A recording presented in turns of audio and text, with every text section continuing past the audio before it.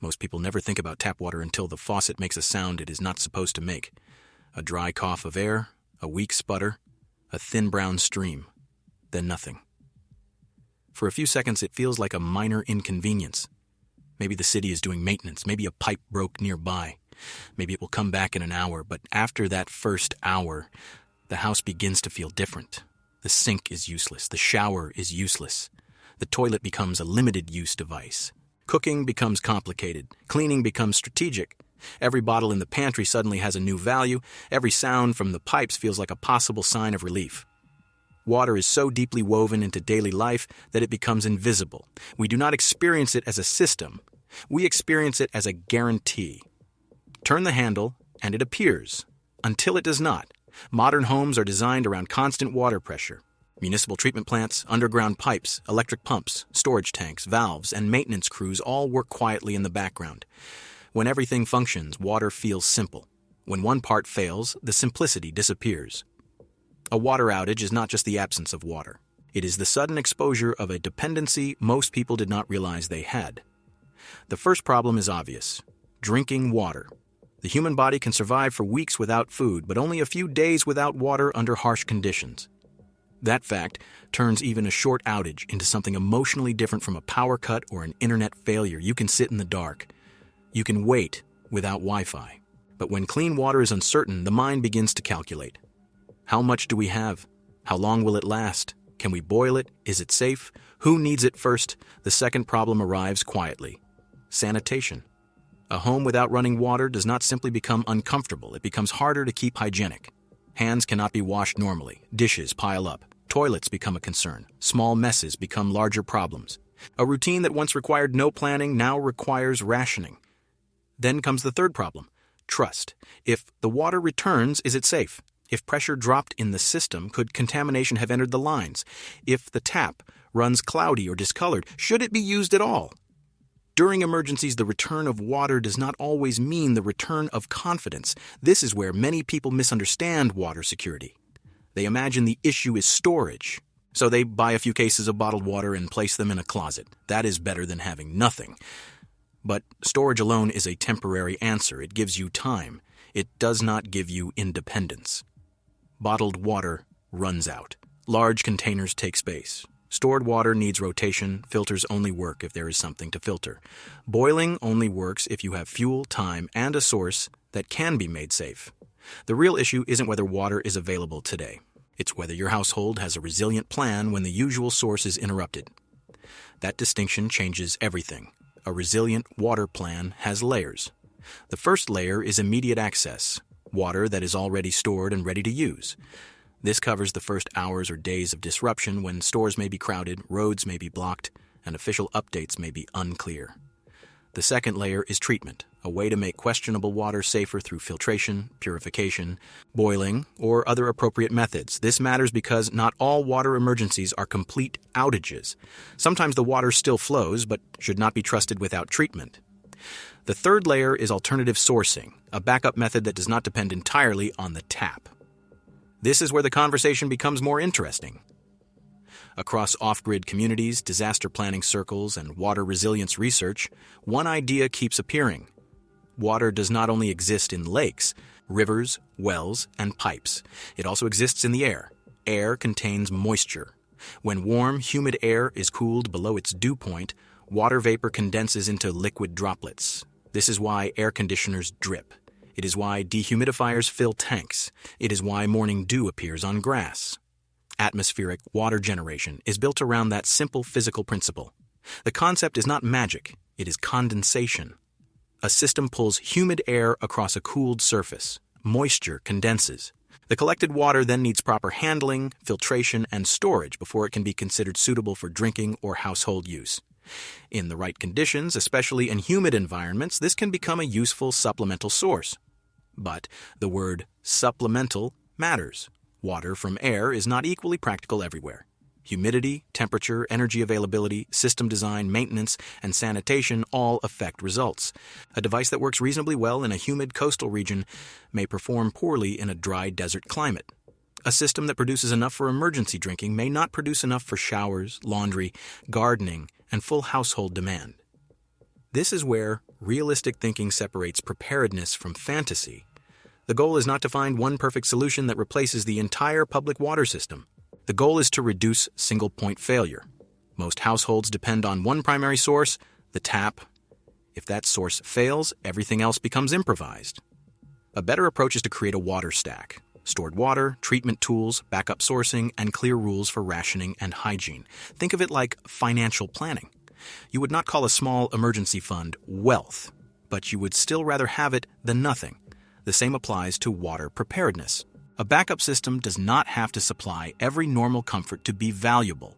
It only has to protect the essentials when the main system fails. Drinking, cooking, basic hygiene, medical needs, pets, critical cleaning. Those are the priorities. The hidden structural layer is that water outages rarely happen in isolation. They often arrive with other disruptions. A storm can knock out electricity, limiting pumps and treatment facilities.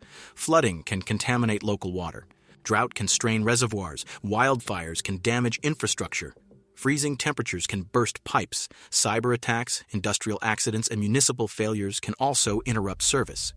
When water stops, the outage is often part of a wider chain reaction. That means a serious water plan should not assume perfect conditions. It should ask uncomfortable questions. What if the power is also out? What if stores are closed? What if fuel is limited?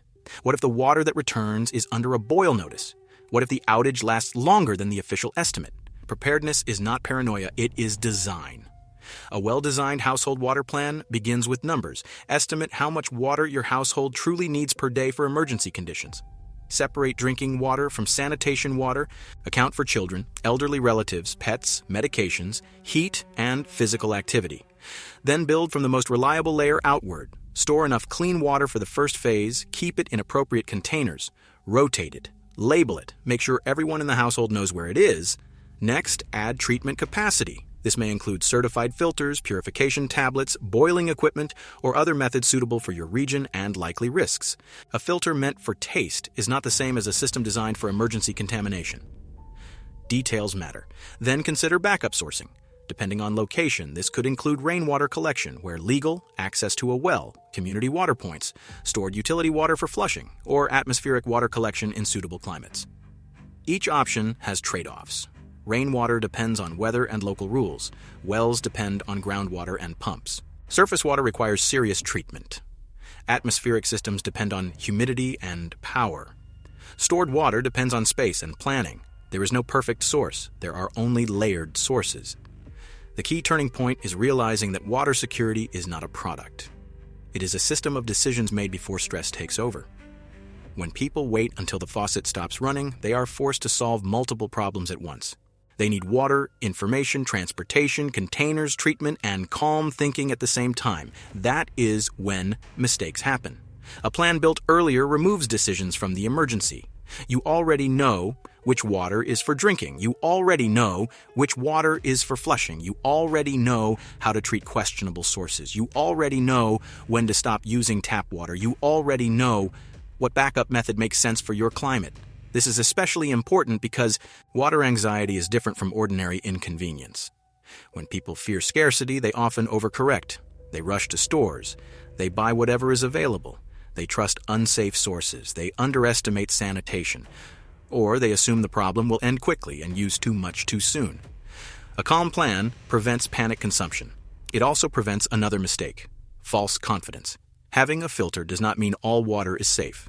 Having a few bottles does not mean a family is prepared.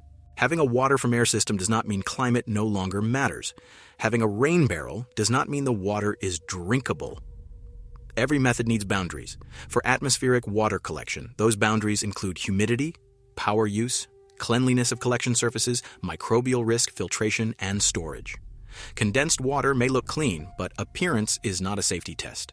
Any system that collects water for drinking must be treated with discipline.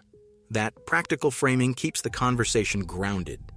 Water independence does not mean disconnecting from society.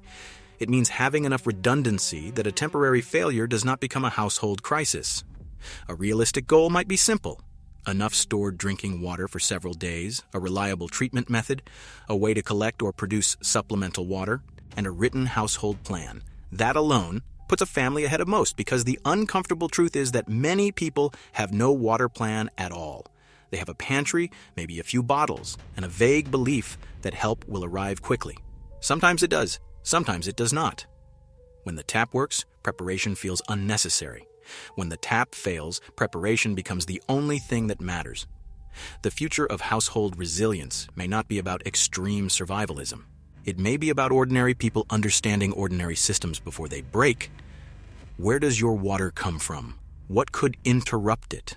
How much do you actually use? What would you do in the first 24 hours? What would you do on day 3? What backup source fits your environment? These questions are not dramatic. They are practical. A water outage reveals a truth that modern convenience tends to hide. Survival depends on infrastructure, and infrastructure depends on conditions we do not personally control. But preparation gives back some control. Not total control. Not guaranteed comfort. Not unlimited supply. Just options. And in an emergency, options are everything. Clean water is not just another household utility. It is the foundation beneath cooking, health, hygiene, safety, and peace of mind. When it flows, life feels normal. When it stops, normal disappears quickly. So the best time to think about water is not when the faucet is dry. It is while it still works. Build a simple plan. Store what you can. Learn how treatment works. Understand your climate. Explore backup sources realistically. And never confuse convenience with resilience. Because when tap water stops running, the question is not only how much water you have. The deeper question is whether your household has a system. A practical guide is available in the description for anyone who wants to think through water backup planning in a more structured way. Subscribe for more grounded breakdowns on resilience, preparedness, and the systems we rely on every day.